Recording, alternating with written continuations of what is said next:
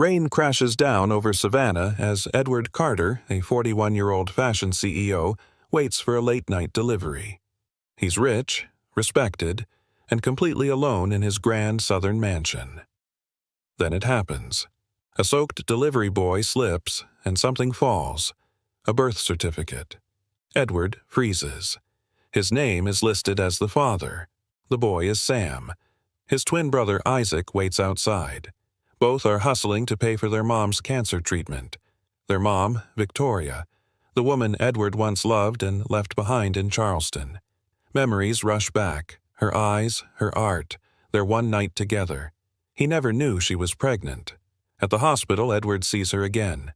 Frail, but still proud. She tried to contact him. Dozens of emails blocked by a judgmental assistant. Edward is furious and heartbroken. He transfers her to a top clinic and brings the boys into his home. Sam draws sketches. Isaac sews designs. They're gifted, and they're his sons. But just as the bond begins to heal, Victoria's bitter uncle threatens custody, chasing Edward's fortune. With DNA proof, a mother's notarized letter, and a courtroom confession, Edward fights back. But will it be enough to protect the only family he's ever wanted? The symbol? A rain-soaked birth certificate, the first thread in stitching a broken past. Subscribe to see this heartfelt story unfold. Rain hammered the windows of the Carter estate like fists demanding entry. Outside, the wind howled through the moss-draped oaks lining the cobblestone drive. Inside, Edward Carter stood alone in the grand hallway of his Savannah mansion, the silence pressing in as tightly as the tailored black suit he wore. At 41, Edward had everything. Or so it seemed. Carter Atelier was the most prestigious fashion house on the East Coast, his designs gracing magazine covers and red carpets.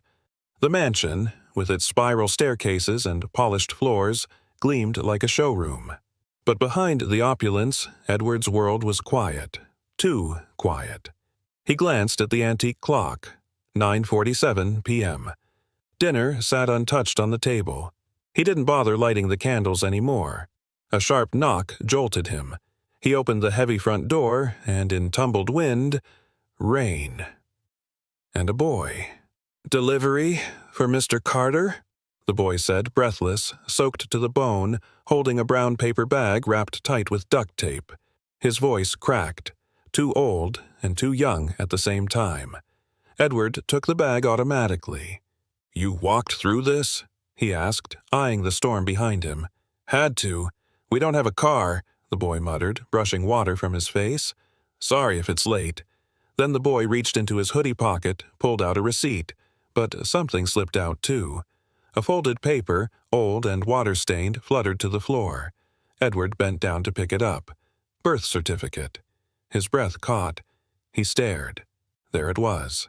Father's name, Edward James Carter. His heart thudded. "Where did you get this?" His voice came out hoarse. The boy blinked. "It's mine." Edward's hand trembled. "What's your name?" "Sam," the boy said, eyes narrowing, unsure now. "Sam Harrison." Edward's knees nearly buckled. Harrison, her last name. "Your mother," he asked slowly, "is her name Victoria?" Sam's face stiffened. "Yeah. Why? Do you know her?" The storm raged louder, but all Edward could hear was the sound of his past crashing through the front door. He swallowed. "Come in. You're soaked." Sam hesitated, but stepped in, dripping onto the marble floor. He looked so out of place. Muddy sneakers, threadbare hoodie, holding the bag of food like a shield. Edward shut the door. His fingers were ice cold. "You said we," Edward pressed. "There's someone else?" "My twin brother," Sam said, voice firm. "He's waiting out back. Said you probably wouldn't want two of us tracking mud through your house." Edward's throat tightened. "Bring him in, now." Sam stared for a second, then turned and ran down the hall. Edward moved to the foyer mirror. He looked at himself. Perfect hair, pressed collar, emotionless face. But his eyes were shaking. Twins.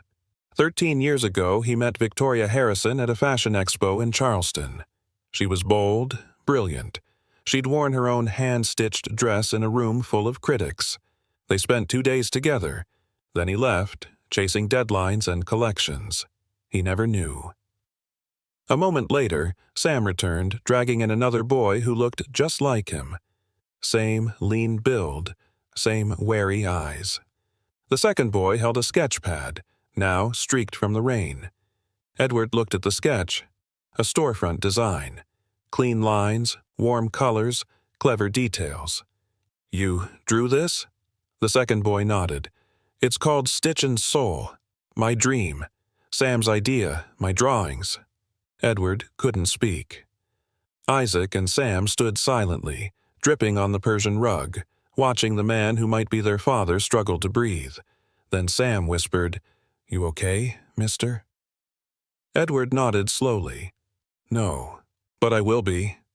He looked down at the birth certificate again. Blurred ink, water-damaged edges, but it was real, and it was his. From the storm, they had arrived. Soaked, unexpected, and carrying the one document that would change everything. He folded the paper gently. He knew then. This wasn't a coincidence. It was a storm meant to bring them home. The storm hadn't let up. Thunder rolled across the sky as Edward stood at the edge of his living room, the twins drying off near the fireplace. The warmth of the flames danced across their wet faces, casting long shadows on the floor. He couldn't stop staring. Same eyes, same sharp jawline.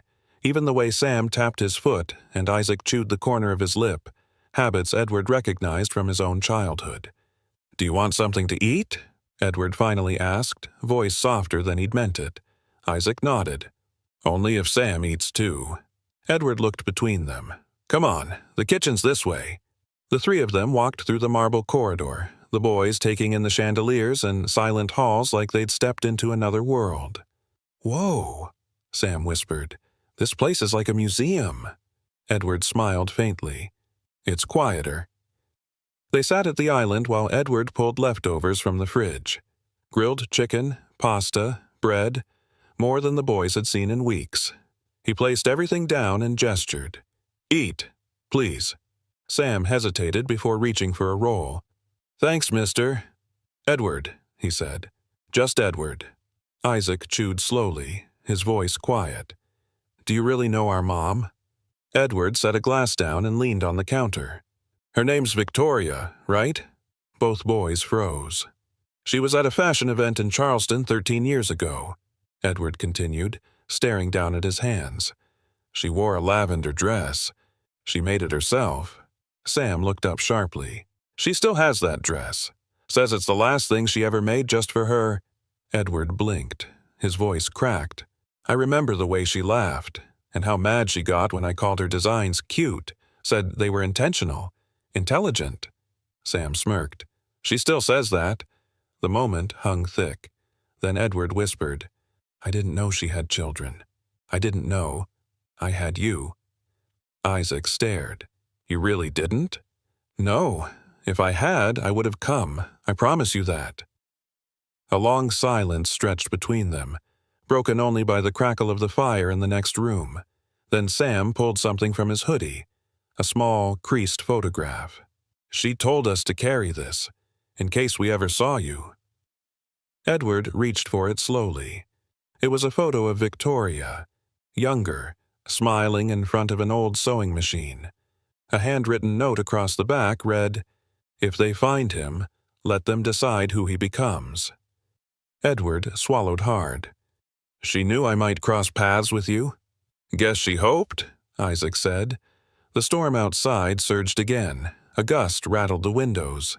Sam stood. "We should go. Mom's waiting. She worries if we're late." Edward's heart lurched. "Where are you staying?" "Apartment over on Jasper Street. It's not far." He grabbed his coat. "I'll drive you."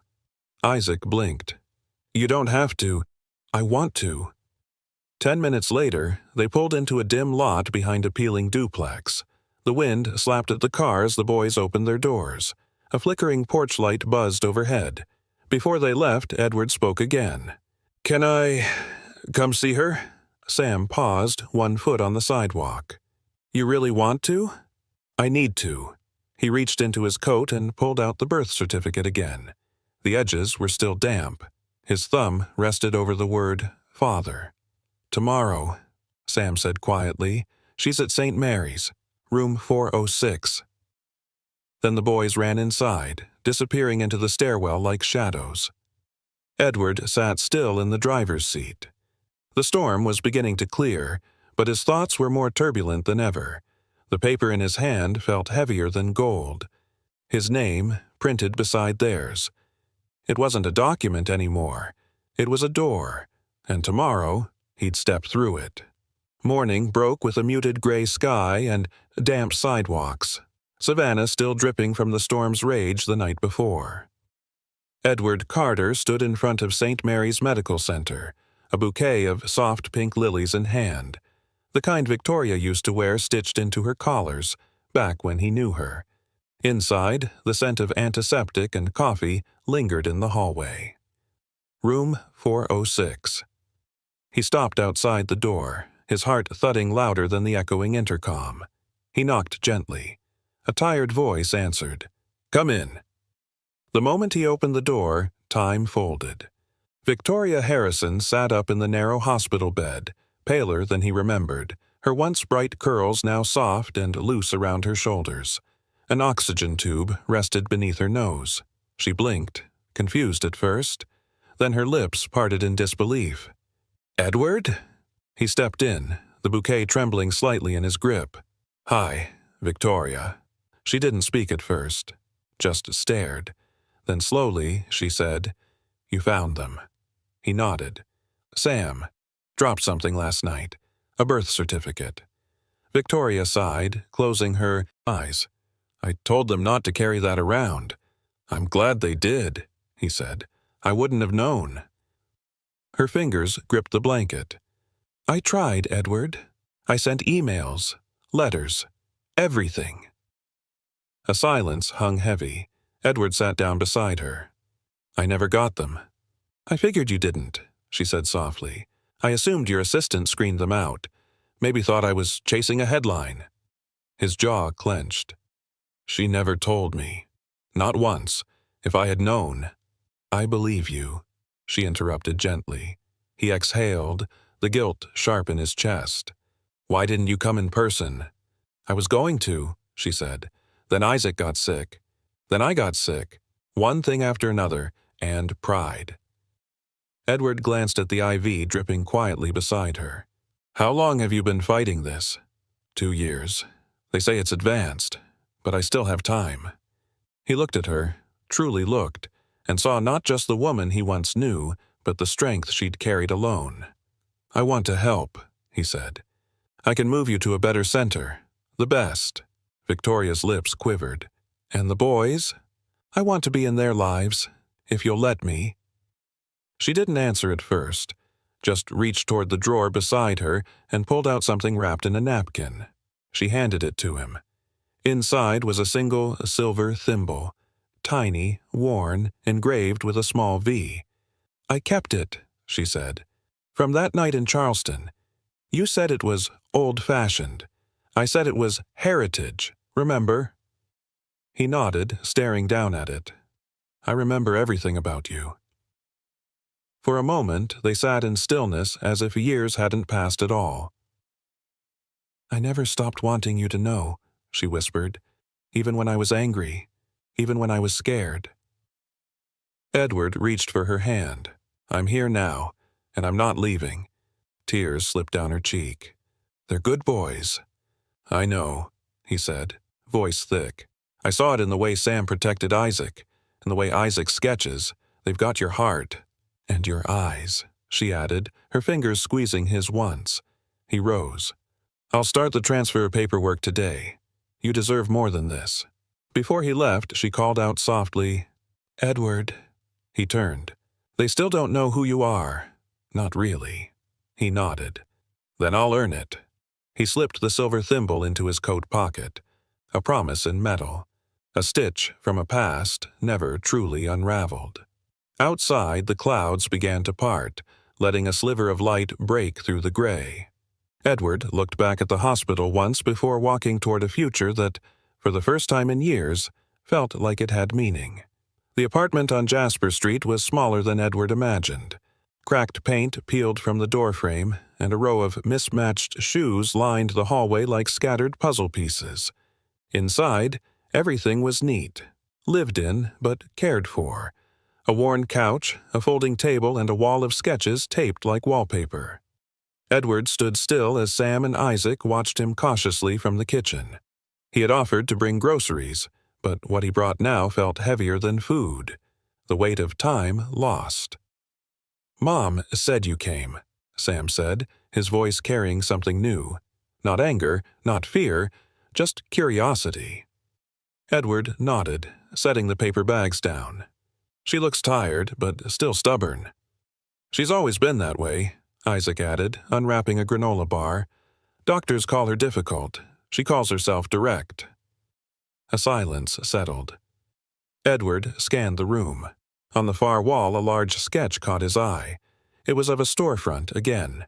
Stitch and Soul, written in bold, looping letters. Beneath it, two mannequins stood, one in a boy's hoodie turned into a jacket, the other in a blazer lined with tiny hearts. "You drew this?" he asked. Isaac nodded. "I designed the window. Sam picked the name." Edward smiled, then looked at Sam. "What does it mean?" Sam shrugged. "Like stitching people together, with soul." Edward looked away, blinking fast. "That's beautiful." Then he turned serious. "I need to ask you something. About how you've been managing." Sam leaned back, wary.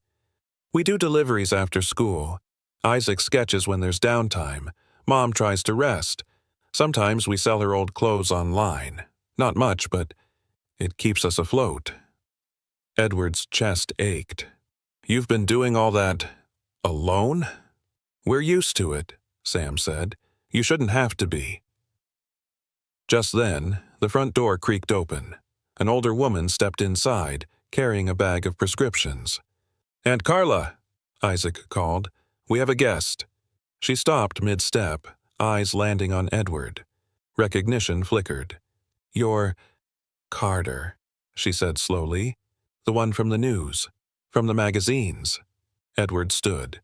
"Yes, ma'am. Edward Carter." Carla placed the bag down and crossed her arms. "Victoria told me you'd shown up.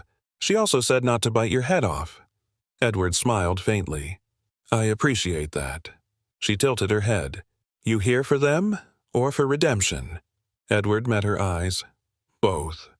She studied him a moment longer. "Well, I'll let you talk, but if you hurt them again, I won't be polite next time." She disappeared into the back room. Sam looked at Edward. "She's protective." "She should be," Edward said. "So am I now." Isaac stepped forward.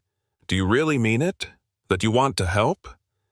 Edward pulled something from his coat pocket, the silver thimble Victoria had given him at the hospital.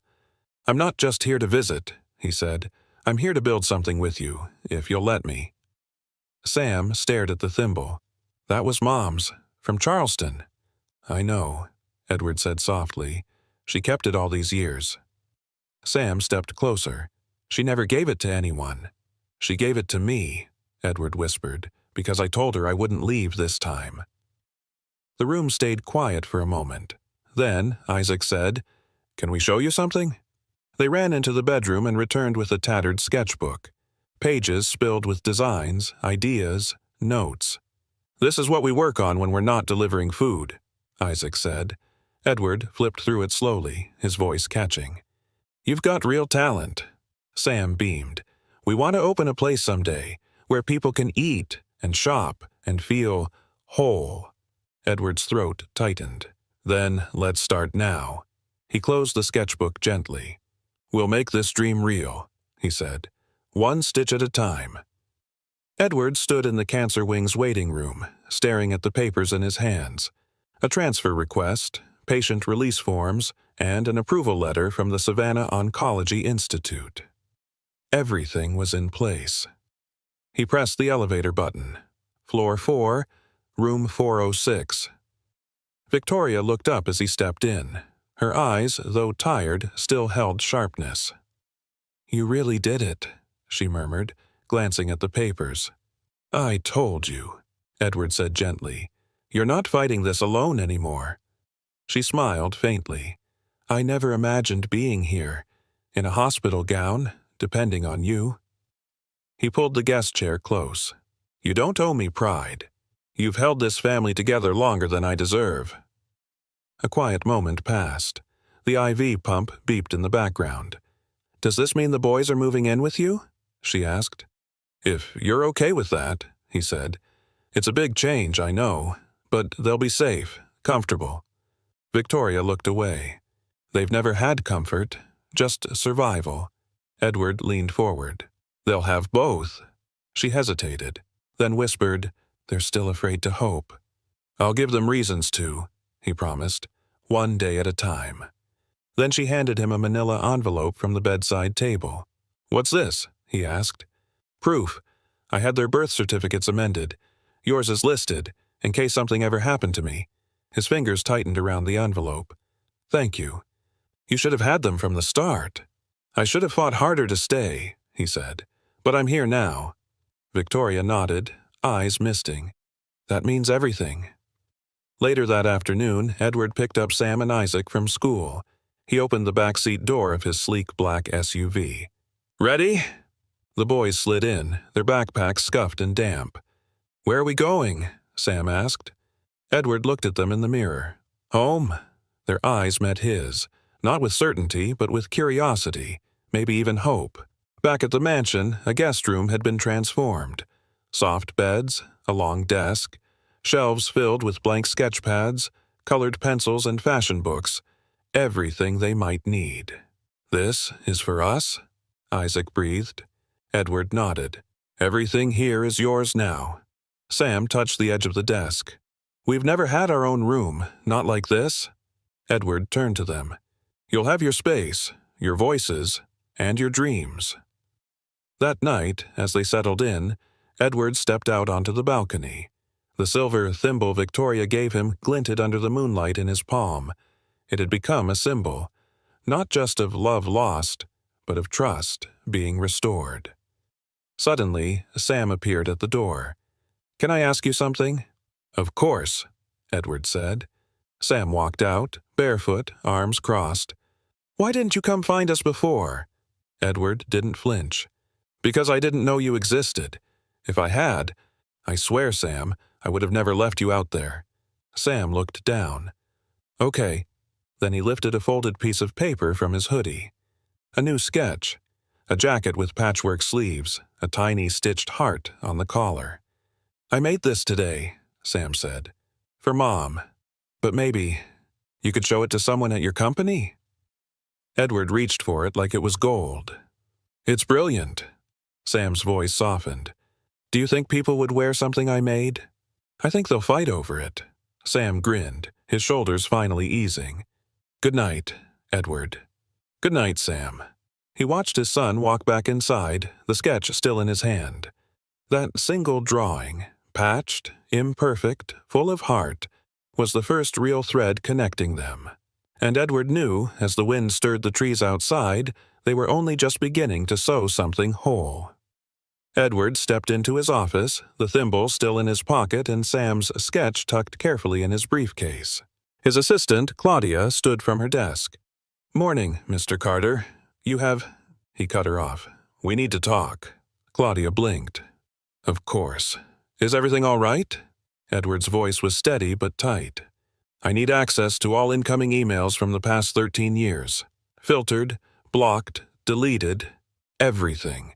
Claudia hesitated. "Sir, that's a lot of data. May I ask?" He looked her in the eye. "Did you block emails from a woman named Victoria Harrison?" She froze. "I may have. Years ago, I thought she was a fan, or someone looking for money or press." "She wasn't," Edward said. "She was the mother of my children." Claudia's lips parted, stunned. "She tried to reach me, multiple times, and you intercepted her messages," he said, "because you made a judgment you weren't entitled to make." "I was trying to protect your reputation," she said, quieter now. You just launched the new line. You didn't need distractions. He stepped closer. You don't get to decide what's a distraction in my life. You cost me 13 years with my sons. Tears welled in her eyes. I'm sorry, Mr. Carter. Truly. I thought I was helping. He turned away, jaw tight. Get me everything. Today. Back at home that evening, Edward sat with Victoria's old email drafts printed in a neat stack. Some dated back 10 years. Titles like, For the Boys' Sake, Please Read This, and They Have Your Eyes. He read each one in silence. Some were desperate, others gentle, all of them honest. Sam walked into the study holding another drawing. Hey, he said quietly. Edward looked up. What's that? A new idea. A logo for Stitch and Soul. He handed it over. 2 figures stitched together, one with a needle, the other with thread, and beneath it, from broken threads to something whole. Edward swallowed hard. It's perfect. Sam sat beside him, glancing at the stack of emails. Is that from her? Edward nodded. She never gave up. Sam rubbed his palms together. So, what happens now? I fix what I can, Edward said, and I make sure no one keeps us apart again. The next day, Edward drove to the hospital and placed the printouts on Victoria's lap. She flipped through them slowly. You found them? He nodded. All of them. She looked up. I wasn't crazy. I knew I'd sent them. No, Victoria, he said. You were right. I failed to see it then. She tapped the paper gently. You know, I stayed awake at night wondering if even one got through. Edward knelt beside her chair. I'm sorry it took me this long. Regret doesn't heal everything, she whispered. I know, he said, but I'm still going to try. That night, Edward set a new policy at Carter Atelier. No email filtered without review. No gatekeeping without consent. Then he turned to Sam and Isaac. We're building something different, not just in fashion, but in family. Isaac held up a colored drawing. You mean like this? It was a 3-panel window display. Left side, a broken thimble. Center, a needle threading new cloth. Right, 2 boys hugging a tailor with a silver thimble on his finger. Edward smiled, tears behind his eyes. Exactly like that. For the first time in years, he wasn't just building brands. He was rebuilding trust. One stitch, one truth, one son at a time. The rain returned 1 week later, softer now, as if remembering how it began. Edward stood in the cancer center lobby, watching nurses wheel Victoria through the double doors.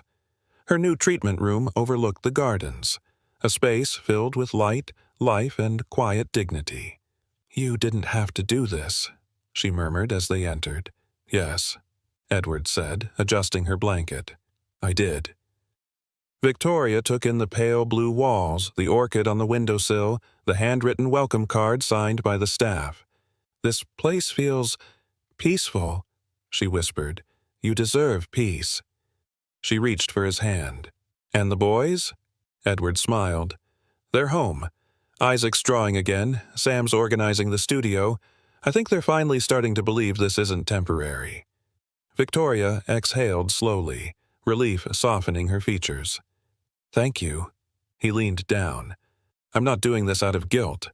I'm doing this because I love them, and because I never stopped loving you. Her eyes welled. You always had a way with timing. He chuckled. Not always, but maybe now I'm getting it right. That evening, back at the mansion, the boys stood at the top of the staircase. Edward entered the hallway, damp from the rain, and froze when he saw what they'd done. Sam and Isaac had framed something on the wall. Not a fashion award, not a magazine cover. It was the birth certificate. The edges were still wrinkled, the ink slightly faded, but it was centered, proud, under glass. I thought we could hang it here, Sam said. Like, it belongs. Edward walked toward it, stunned. You kept it.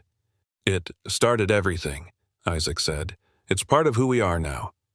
Edward turned to them. "And what about who you want to be?"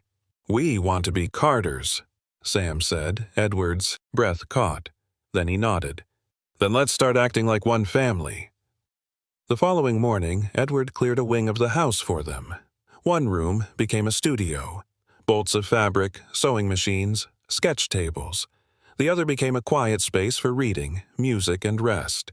He let them decorate everything. "Can I paint this wall navy blue?" Isaac asked. Edward smiled. "You can paint it purple if it helps you dream." And he meant it. Later that week, Edward invited his lawyer, Melissa Tran, to the mansion. "She has no extended legal custody?" Melissa asked, flipping through Victoria's documents. "Only her Uncle George," Edward replied. "But he hasn't been in their lives. Not really." Melissa raised an eyebrow. "So, why are you worried?" Edward folded his hands. "Because he called yesterday. Said he wanted to check in on the boys." She said. "Sounds like someone smelled a headline or a paycheck." "I'm not taking chances," Edward said. "I want full legal custody." Victoria agrees. She just hasn't signed yet. Melissa nodded. "Let's get her signature and a DNA confirmation. I'll prepare the paperwork. But brace yourself. If George fights this, it won't be clean." That night, Edward sat in the boys' room while they stitched patches onto blank canvas totes. An idea Sam came up with for their first product. "What do you think of this?" Isaac asked, holding up a tote with a tiny embroidered thimble. Edward's heart clenched. "I think it says everything without saying a word." Sam looked up. "Will we still get to stay here, even if something bad happens?" Edward knelt beside him. "I will fight for you, with everything I have. No one's taking you away again." He glanced back at the wall. The framed birth certificate shimmered faintly in the low light. No longer a surprise, but a declaration. Proof that sometimes, even in the wreckage of a storm, family finds its way home. The air buzzed with quiet energy inside the new studio. Bolts of fabric leaned in neat rows. Patterns hung on clipboards. A mannequin stood at the center, half-dressed in a jacket stitched from 3 thrifted hoodies. Sam's idea. Isaac was perched on a stool, sketching on a tablet Edward had given him last week. "Look," Isaac said, holding it up. "I reworked the cuffs. Cleaner lines." Edward leaned in. "That's impressive. Where'd you learn that?" "Trial and error," Isaac said. "Mostly error." Sam grinned across the room. "But now he's better than YouTube." Edward chuckled. "Good, because talent like this deserves more than just a screen." He turned toward the corner table where he'd added a small corkboard. Pinned to it were scraps of ideas from both boys. Fabric swatches, thumbnail sketches, handwritten notes like, "Don't forget warmth," and "Clothes that feel like home." "I want to add something," Sam said, walking over. He pinned a tiny photo. His mom holding up that same hoodie jacket on their apartment balcony. "That's the first thing I ever made." Edward's voice softened. "It belongs here." A knock sounded from the hallway. Melissa Tran stepped in, clutching a folder. "We have a problem," she said quietly. Edward straightened. "What is it?" "George Harrison has filed a temporary custody petition in Chatham County," she said. "He's citing financial instability and long-term medical incapacity on Victoria's part." Sam's expression fell. "He doesn't even know us." "He's banking on that," Melissa said. "He's playing it like he's swooping in for the boys' well-being." Edward clenched his jaw. "We're not letting that happen." Melissa nodded. "We need to act fast. I'll draft an emergency counter-motion, but I'll need Victoria's signature and the DNA test. Can we get both?" "You'll have them by tonight," Edward said. After she left, Isaac looked up. "Why would he want us now? He never even came to Mom's birthday." Edward sat on the edge of the work table. "Because he sees an opportunity, not a family." Sam paced. "He's going to take us away, isn't he?" "No," Edward said firmly. "He's not." That evening, Edward and the boys visited Victoria. She was seated upright, blanket over her knees, soft music humming in the background. "Is it true?" she asked, eyes already tired. "George filed for custody?" Edward nodded. "He's coming after the boys." She exhaled sharply. "I knew he'd pull something. He's always hated me, and he never wanted anything to do with Sam or Isaac until now." Edward handed her a pen and 2 forms. "Melissa needs your signature. 1 notarized letter confirming your wish for them to stay with me, and a release to submit the DNA test results." Victoria hesitated, tears in her eyes. "I always feared this moment, that someone else might decide what happens to them." "They're your sons," Edward said. "And now they're mine too. We'll fight this together." She signed slowly, then looked up. "Promise me something." "Anything. If the court asks, don't talk about me like I'm fading. Talk about me like I'm still their mother." Edward nodded. "You are, and you always will be." Later that night, Edward returned home and found the boys sitting silently at the kitchen counter. Without a word, he placed the signed letter on the table. "She chose us," he said. "And now, I'll protect you like she always has." Sam looked down at his drawing. A jacket split in 2, then re-sewn with golden thread across the tear. He whispered, "This is what I'll wear in court." Edward paused. "You want to come?" Sam nodded. "If someone's trying to say where I belong, I want them to hear it from me." Edward placed a hand on his shoulder. "Then let's speak loud enough for the whole room to understand." Outside, thunder rolled far off in the distance, but this time they weren't afraid of storms. It was just past 10 a.m. when Edward walked into the family courtroom, his hand gently resting on Sam's shoulder. Melissa followed close behind, arms full of files. Victoria's letter, the DNA test, school records, sketches, and even a photo of the birth certificate hanging in the hallway. Across the aisle, George Harrison stood in a tailored navy suit, his gray hair slicked back. His lawyer, a sharp-jawed man in a charcoal blazer, whispered something in his ear. George smirked. Edward leaned down to Sam. "Remember, you don't have to say anything unless you want to." Sam looked up. "I want to." The clerk called the case. All rose.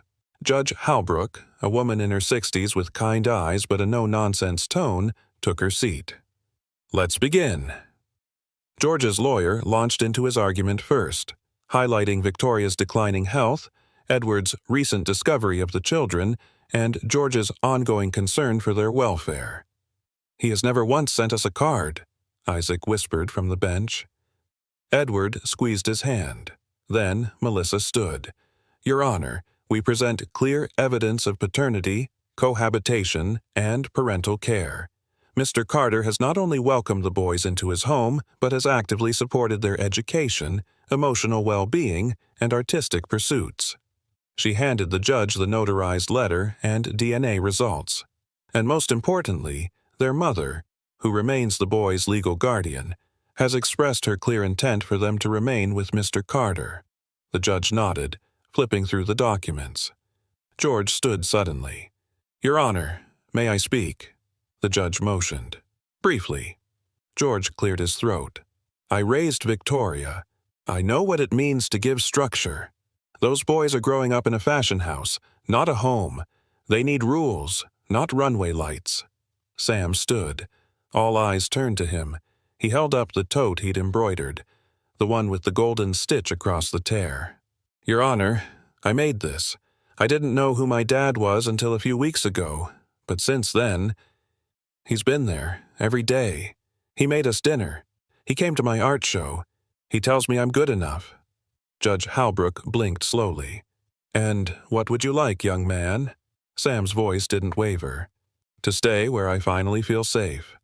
The courtroom fell silent. Then Melissa rose. "If I may call one final witness, Claudia Wells, Mr. Carter's former executive assistant." Edward turned sharply. He didn't know she'd agreed to testify. Claudia stepped forward. Her eyes met Edward's, full of apology. "Ms. Wells," Melissa asked, "did you ever withhold communication from Victoria Harrison?" She nodded. "Yes. I deleted her emails before Mr. Carter could read them. I thought I was protecting the company, but I see now. I was wrong." Melissa nodded. No further questions. Judge Halbrook folded her hands. Thank you, Miss Wells. She looked at George. Mr. Harrison, you've had no contact with these boys in over a decade. You filed this petition after discovering their father is one of the most successful fashion executives in Georgia. George shifted uncomfortably. I see no evidence that you're motivated by their welfare. I see plenty suggesting you're motivated by opportunity. She turned to Edward. Mr. Carter, custody will be granted in your favor, pending Victoria Harrison's continued assent. The boys will remain with you. Sam and Isaac clutched each other, tears streaming down. Edward closed his eyes, the weight finally lifting. As they walked out into the Savannah sun, Isaac looked up and said softly, Can I call you Dad now?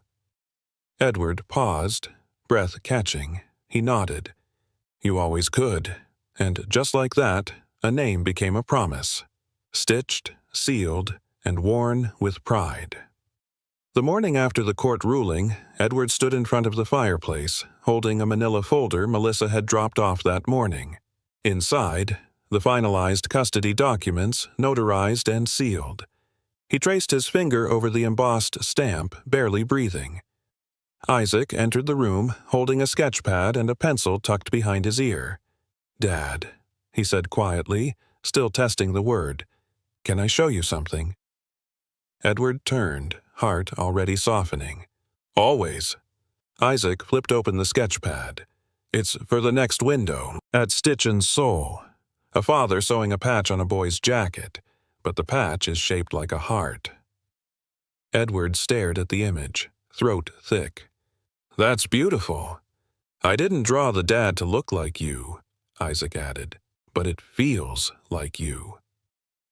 Edward knelt. It's the feeling that matters most. He gave Isaac a gentle pat on the back before placing the custody papers in the wooden memory box they'd started, along with the first drawing Sam ever gave him, a broken thread stitched with gold, and a photo of Victoria holding the twins as babies. That box was no longer about the past. It was a collection of beginnings.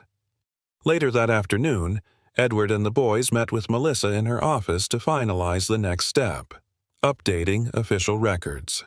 This is Victoria's signed affidavit confirming you as guardian, Melissa said, and the DNA confirmation. I'll file for amendment of school records and identification. Edward nodded. Make it fast. I want no gaps in their protection. Melissa paused. Edward.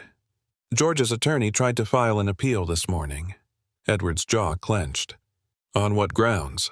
Financial disparity. He's claiming you're raising them in a public spotlight environment that could damage their development. Edward scoffed. These boys came from delivering food in storms. They deserve the light. Melissa smiled. That's exactly what I said. She slid one last paper across the desk. Victoria's medical directive. In the event her condition worsens, full medical decisions fall to you. Edward swallowed. She trusts me that much? She does, Melissa said. Don't take it lightly. That evening, Edward sat alone by Victoria's bedside. The machines hummed softly. She was asleep, lips pale but calm. He took her hand. We're okay now. You did everything right. He opened his coat pocket and pulled out a new pin, a thimble-shaped brooch with a golden thread engraved across it. The boys made this, he whispered. Said it was for you. Said you're the stitch that held everything together. Victoria stirred slightly, and for a second her eyes fluttered open. You kept them safe? I did, and I'll keep doing it. She smiled faintly. Good. Then, softly, she drifted back to sleep. Back home, Sam was pinning a mock logo to the corkboard. The word soul was stitched into the hem of a jacket, so small you almost missed it. What do you think? He asked. Edward stepped closer. I think it's your signature now. Sam grinned. I was thinking, what if we let people bring their old clothes? We fix them, patch them up, not just sell new stuff. Edward raised an eyebrow. You want to repair what others would throw away?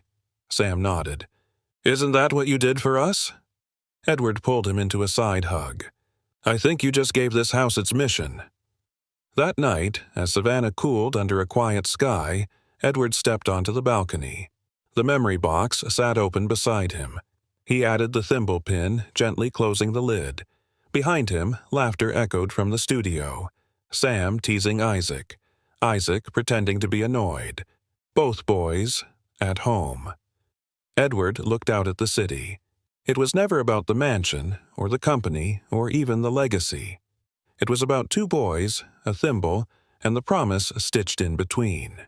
The courtroom buzzed with murmurs as Edward entered. Suit crisp, but eyes weary. This wasn't the first time he stood in front of Judge Halbrook, but it would be the most important. Today wasn't just about custody. Today was about truth. Melissa stood beside him, folders organized with precision. "You ready?" she asked. Edward nodded, more than ever. On the other side, George sat stiffly, eyes darting toward the media seated in the back. He didn't look like family.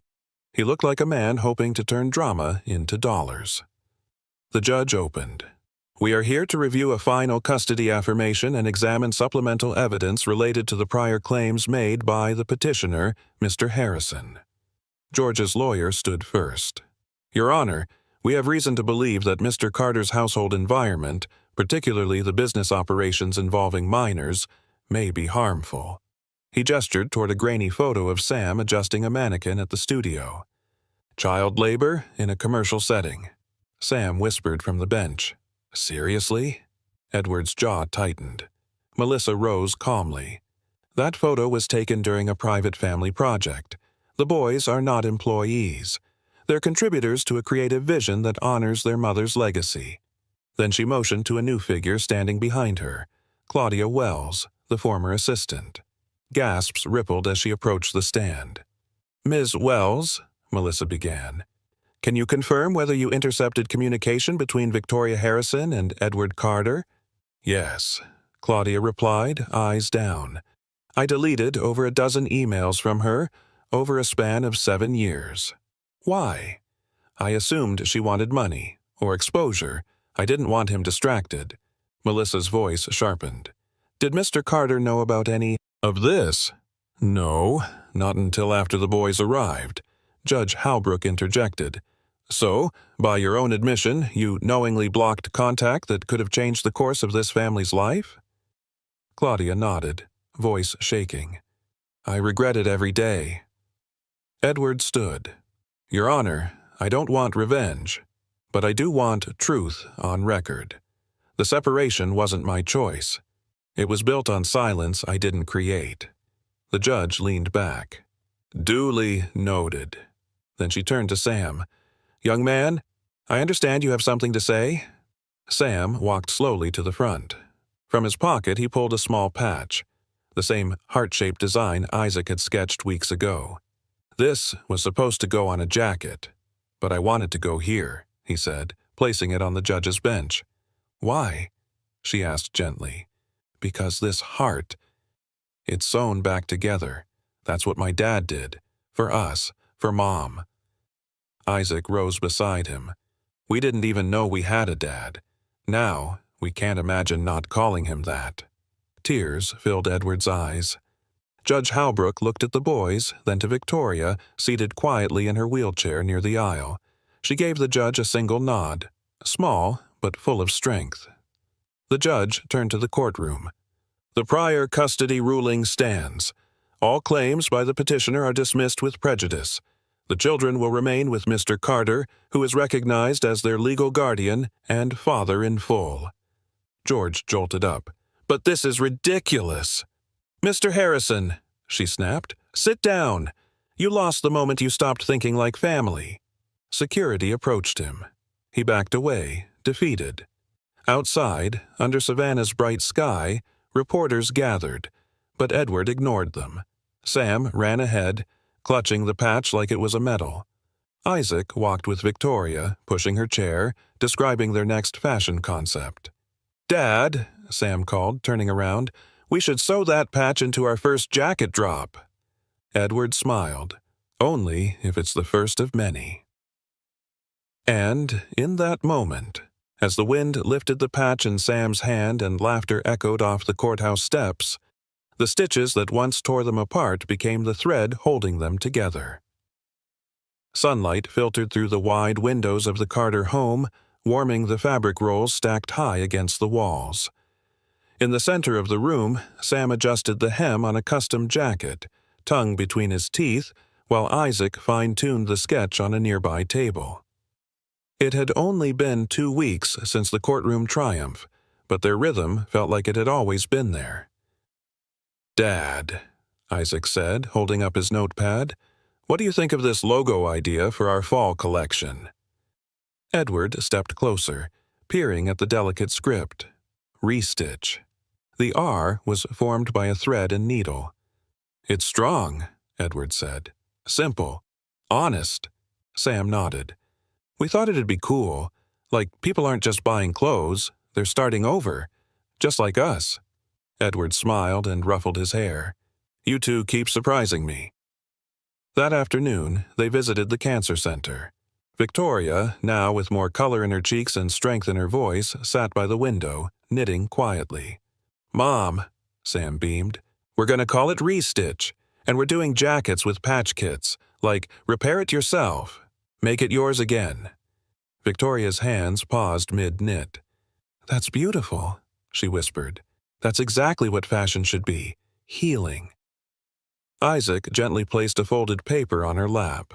"We also made you something." Victoria unfolded it. Inside was a hand-drawn family portrait, Edward in the center, flanked by the boys, and herself in a cozy armchair, a golden thread running through them all. Edward stepped closer. "We thought it could hang above your bed, just until you're home again." Her eyes shimmered. "I'd like that." That evening, back at the house, Sam and Isaac stood with Edward by the staircase, watching workers install lighting in what was once a formal dining hall. Now, it was transforming into their flagship concept for Stitch and Soul. The boys had chosen everything: the colors, the layout, even the slogan etched into the back wall. "Worn doesn't mean broken." "You think it'll work?" Sam asked. Edward placed a hand on each of their shoulders. "It already has." They turned to see Melissa entering with a package in her hands. "I thought you'd want this," she said. "It was delivered to the office. Looks like an old file recovered from the archive." Edward opened the envelope carefully. Inside was a printout of the very first email Victoria had sent him 13 years ago. Subject: "In case you remember me. Charleston. The red silk dress." He read aloud.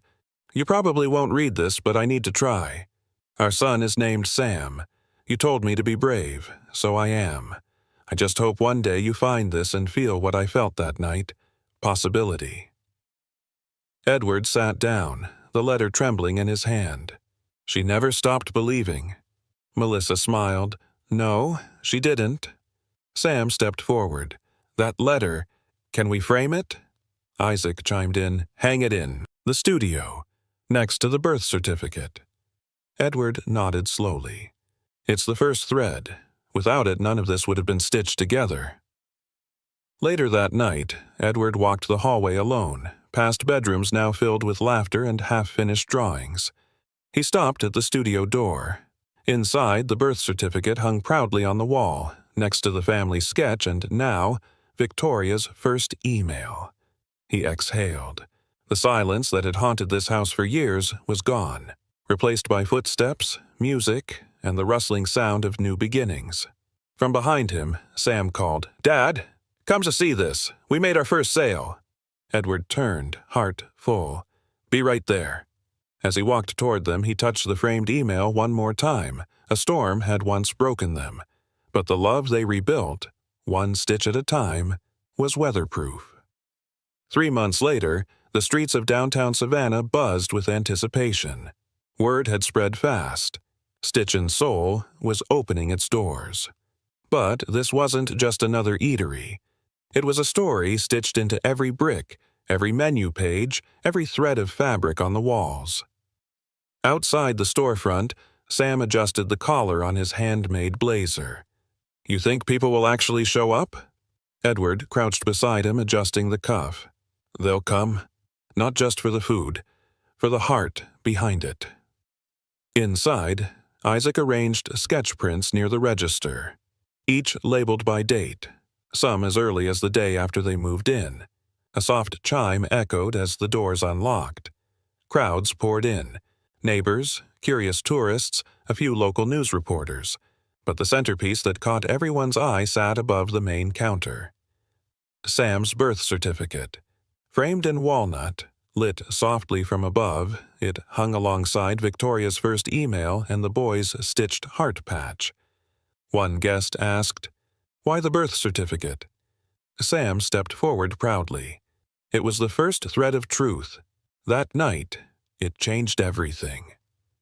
Laughter and conversation filled the space. The menu featured Southern classics with a twist. Grits bowls served in hand-sewn linen wraps, cornbread shaped like hearts, and each dish came with a tag. Worn doesn't mean broken.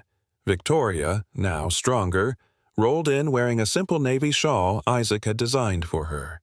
Edward reached for her hand. "We saved your seat." She smiled. "You saved more than that."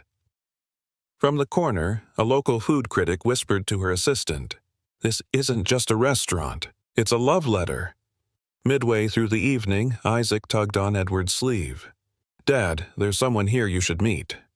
Edward followed him to the back patio, where a tall man in a worn jacket stood with a boy by his side. "Sorry to drop in," the man said. "We've been staying at the shelter nearby. My son saw the sign, said the sketch looked like something he'd draw." The boy, maybe 9, held up a wrinkled napkin with a doodle on it. A jacket split down the middle, one side whole, one stitched. Edward knelt beside him. "What's your name?" "Caleb." Edward took a deep breath. "You hungry, Caleb?" He nodded. Edward turned to Isaac. "Tell the kitchen, one more seat." Back inside, Caleb sat wide-eyed, devouring a warm meal while Sam handed him a notebook. "Draw anything you want. You're safe here." Victoria watched from her seat, voice soft. "That's what this place is for." Later that night, when the crowd thinned, Edward stood behind the counter, wiping a glass slowly. He looked around the room, photos of the boys, sketches turned to posters, laughter echoing under warm lights. Melissa entered with a bouquet. "You did it, Edward." He nodded. "We did." Then he stepped to the framed certificate and gently placed a small gold stitch in the corner. Sam asked, "What's that for?"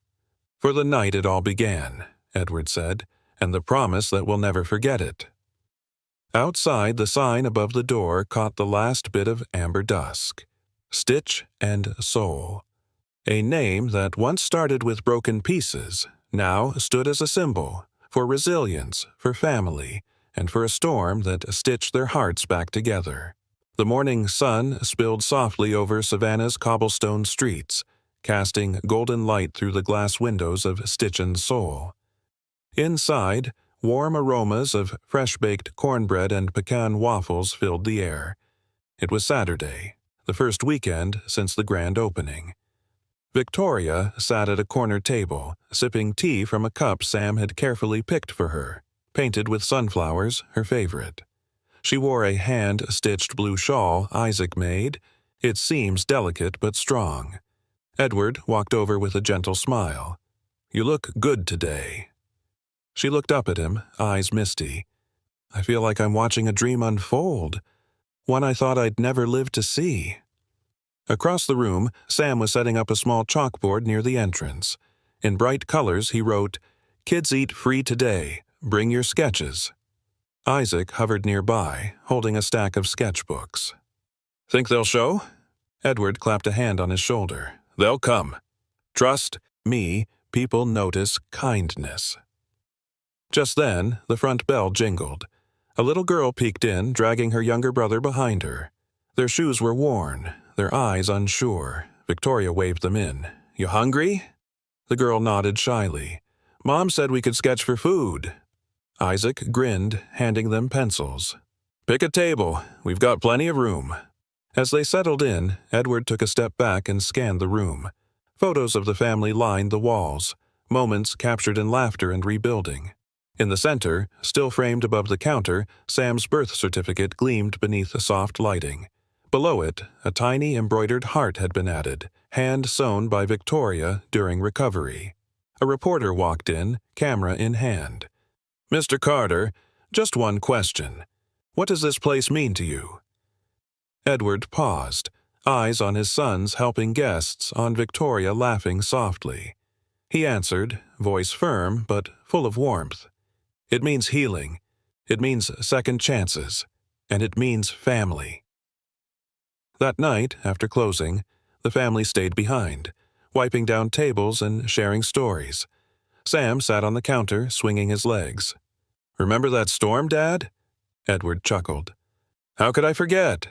Isaac chimed in. "If it hadn't rained—" Victoria smiled. "If it hadn't rained, Edward wouldn't have opened that door. And I wouldn't have dropped that envelope," Sam added. Edward leaned on the counter, nodding. Funny how a storm brought the truth home. They stood in silence for a moment, wrapped in that thought. Then Victoria pulled something from her bag, a small, weathered ribbon. "I kept this," she said, holding it out. "It was tied around the birth certificate when I first tried to mail it. I never thought you'd see it." Edward took it, smoothing it between his fingers. "Let's keep it here, as a reminder." He tied it around the base of the certificate's frame, just under the embroidered heart. Later that evening, they walked out together into the warm Savannah night. The storefront glowed behind them, a beacon against the dark. Victoria took Edward's arm as they strolled slowly down the street. "I never thought we'd make it here," she whispered. Edward looked at her, his voice quiet. "We didn't just make it, we built something." Behind them, the lights of Stitch and Soul flickered softly through the glass, glowing like a promise. A storm had torn open the past, but love had stitched it back together.